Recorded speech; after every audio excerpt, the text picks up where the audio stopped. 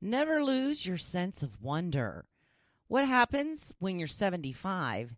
And was your phone working yesterday?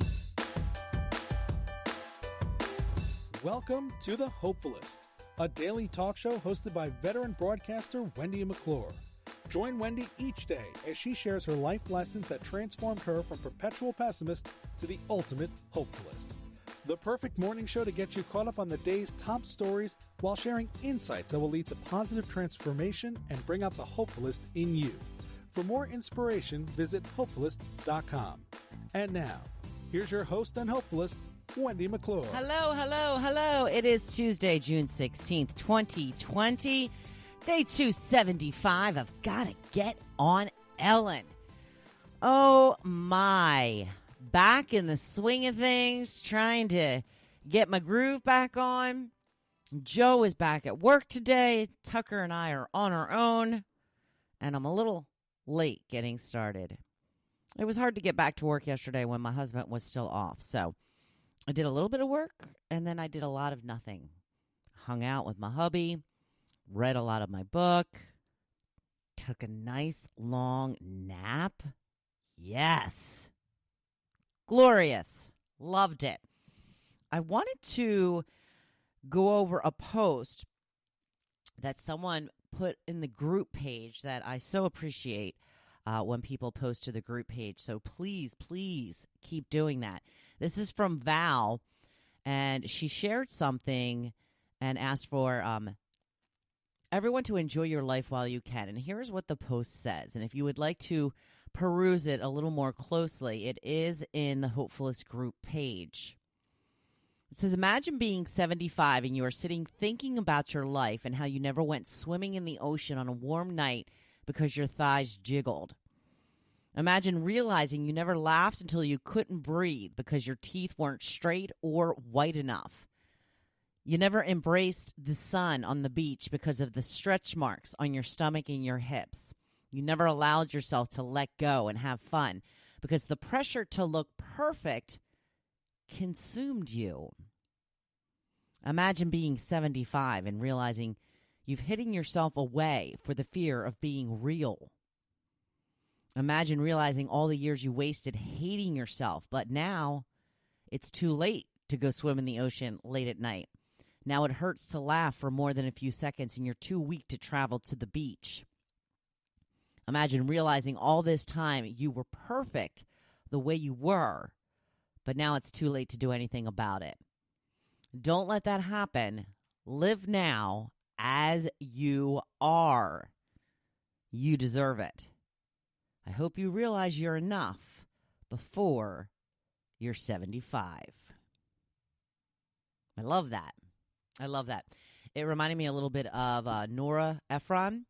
She was a director, and she has passed on at a very young age, by the way, but she had written a book, and in it she had said, I look back at pictures of myself now, and I wish I would have worn my bikini every day until I was 32. Never taken it off, because we all think we're so fat all the time. This is something I've gone through my whole life. And I look back at pictures when I was young, and I was like, I thought I was fat. What was I thinking? It's kind of crazy. Gotta stop wishing we were different than we currently are. I know it's hard, but it's so important. And luckily, I think the older we get, the more we realize this, and the more we start to live. So, some food for thought on this Tuesday morning. Do you happen to have T-Mobile as your cell phone carrier? If you did, you may have likely not had phone service for a good portion of the day yesterday. There was a major nationwide outage from T-Mobile. Now, I have often been tempted to go the T-Mobile route because they seem to have very good competitive prices. However, I have heard from people who have T-Mobile, and I've heard terrible things about their service. So when I looked up this story today to see what the deal was, apparently this outage happened as they were upgrading their network to take on the millions of Sprint customers they just acquired. Okay, that's what I have. So it looks like I have become a T-Mobile customer without even realizing it and without the cheaper prices. I don't know what's happening. Apparently, some sort of merger was approved in April, and they're starting to do the switchover. I don't know if it's all going to be called T-Mobile now, what the deal is. This was the first I've seen it. I don't really pay attention to these types of things, but I was a little surprised to see that my phone carrier was purchased by T-Mobile. The good news is they're upgrading their network. So I'm hoping and praying that the service does not go down when this transition is finalized. I used to have Verizon. And I have to say, in my opinion, Verizon is the absolute best when it comes to service and quality. The reason I left Verizon was because my husband had Sprint. And we did have separate phone networks for probably the first year or two we were married. And I finally left Verizon because they started annoying the crap out of me with their greediness. Because to me, these cell phone companies, Verizon in particular, it's just a money grab. They're making so much money. And when they first decided they weren't going to have unlimited data anymore, I was like, that's fine. I'm just going to keep my current contract, and I've got unlimited data, so it's not a problem. Well, then they sort of forced everybody out of their old contracts by saying that they would not give you a discounted phone. Remember when you used to get discounted phones? Yeah, that's a thing of the past now, too. But they would not give you the discount, which meant at the time, I think the phones were maybe $450 or whatever. You could get it for like $200. They said they weren't going to do that anymore. That you would have to pay full price for the phone. In essence, making you pay one way or the other. And to me, that really annoyed me. And I was like, you know what? Money grabbers, I'll see you later. I'm going to Sprint, who still, to this day, has unlimited data. Now, I am not a person who really needs unlimited data, but I just don't want to worry about it. I just don't want to get that little text message saying, oh, you're close to your, to your limit here, and you're going to have to do... Nope, don't want to worry about it. So, we'll see what happens. I'm assuming T-Mobile will have the proper network channels to handle all the traffic. Judging by yesterday, not yet. So, fingers crossed. I came up with a fun topic for yesterday, and it was pretty popular. Now, the idea for this topic came from my quarantine group text that I've been in since the beginning of quarantine, which is my gals in the hood. And we just kind of, keep each other informed of what's going on and such. And I got a text. I think there's about 10 or 11 of us in this group text. It says, does anyone have bongos I can borrow for one day? I wrote, are you channeling your inner Matthew McConaughey? Well, right after that was one of our friends saying, of course I do. I can bring them to book club on Thursday, or you can pick them up before. Well, that woman's husband is in a band. So she said, thank you. Thursday will be great. And she said, I'm looking to get the bongos because we have to do a dance routine for Henry's virtual birthday party. That is her soon-to-be 1-year-old grandson. And so then she said, how about a tambourine, too? She said that great. Tambourine would be great. Now, this is the best line of the whole text. My husband told me I would never be able to borrow bongos. I love my friends. Right? Isn't that funny? And then people were like, yeah, even if we didn't have bongos, just tell your husband for doubting us. We would have gone out and bought a set for you. It's pretty funny, isn't it? So I thought, what kind of instrument would you like to play if you had the opportunity? And, I couldn't really come up with anything for myself. I'd like to think, some nice brass instrument like the saxophone or the trumpet or something, but I don't think I have the lung power anymore. That is definitely for a younger person, I would think. Maybe the sax is not too bad. I think that piano would be fascinating, but I don't think that would hold my interest long enough.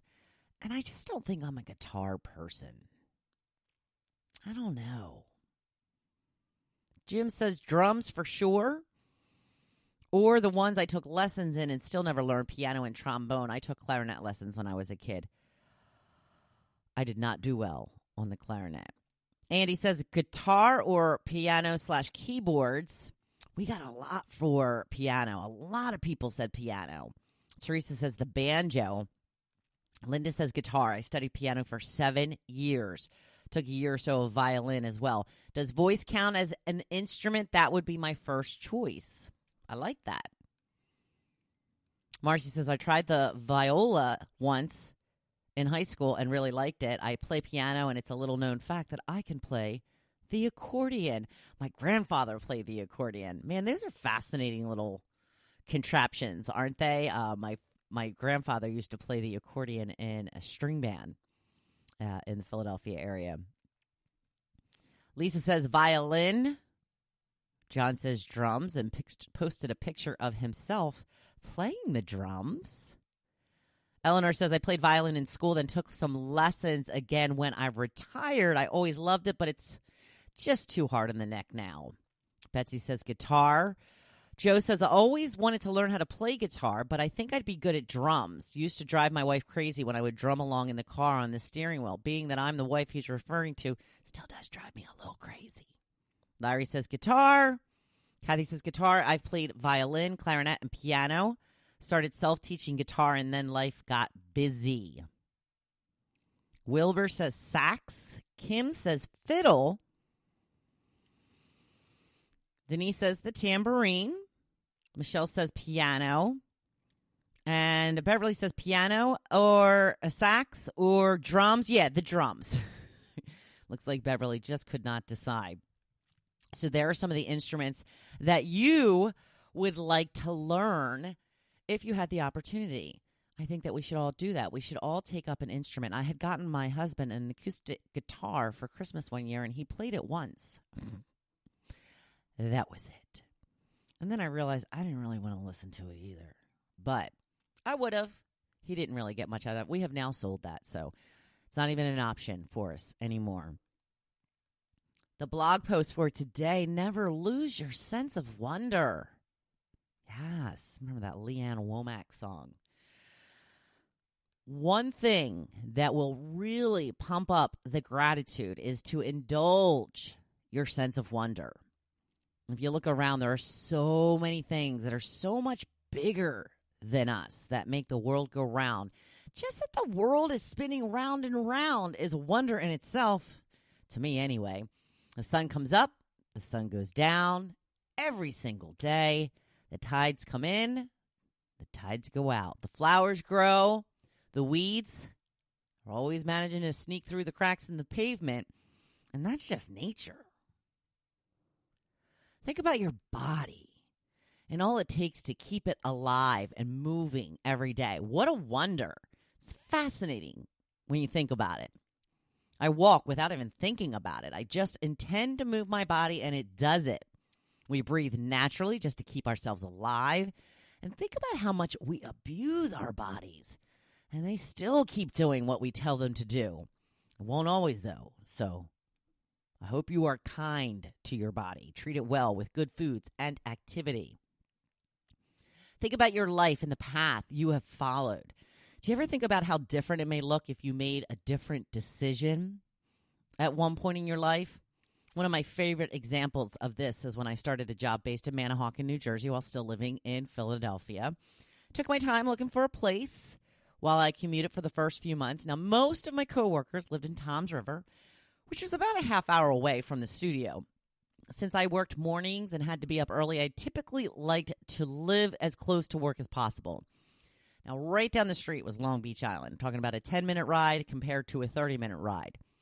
I had always wanted to live at the shore for a summer, so I thought maybe year-round would be good too. I had it narrowed down to a place in Toms River where I would be close to the people I worked with, or a place on the island that was right on the bay with an amazing view. It's worth noting, too, that the apartment in Toms River was much nicer. The apartment I ultimately rented on Long Beach Island was a bit of a shack, but I knew I could decorate it to look better, and I figured I would just look out the window at the view. I obviously picked the place on Long Beach Island where I didn't know anyone. But within a few months, I had met some people, started making friends. That first summer, I got a job as a bartender at one of the local hangouts and met so many people that I am still friends with today. I took a chance, and now I live in the same area full time because I don't know if you realize this about me, but I love the shore. I love being by the water. I knew that about myself. I knew my love of that could override just about anything else. My 4 years living on the island were the best of my life up until that point. I had a ton of friends. I was out and about often. I became more active. I rode my bike all over the island. I started kayaking. I was a social butterfly, and I loved it. But I often wonder, where would I be right now if I had chosen the apartment in Toms River? Would my love of the shore won out and moved to a shore area anyway to settle for the long term? I'm thinking no. I'm thinking it wouldn't be the same at the very least. I certainly wouldn't know the people I know now.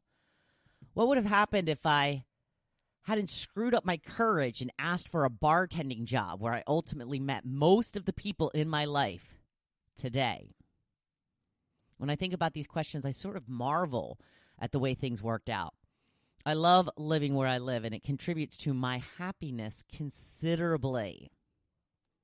Have you made some missteps on your path? Are there things that you wish you would have done differently? It isn't too late to make changes. It may be harder now, but it isn't impossible. Life can be so short and end in a moment's notice. Do what you can to be happy right now so you can have as much gratitude in your life as possible. And if you are where you want to be, feel the gratitude. Reminding yourself of what you love about your life is so powerful in truly enjoying your time on earth. I never take where I live for granted. I still get excited every time I see the sky turn pink right before sunrise. I love the sunsets. Seeing the water first thing in the morning still makes me smile. What is it in your life that brings you the most happiness? Are you taking it a little bit for granted? Do you feel like some things are just a given at this point? Now, I think that's human nature. I think that we all tend to do that from time to time. But sit back and remember how much a wonder this earth is. How things can change in an instant. How life can take so many different turns and good and bad ways. So take stock. What do you want more of? What do you want less of? Get on it. Oh, it is Taco Tuesday. And by the way, we did have some tacos last Tuesday. That's right. Not today, though, but I hope you get a chance to have some tacos and make it a healthy one. Now, go be your badass self. And of course, I'm cheering you on. Thank you for listening to The Hopefulist, hosted by Wendy McClure. For more inspiration, please visit hopefulist.com. Thanks, and we'll see you tomorrow on The Hopefulist.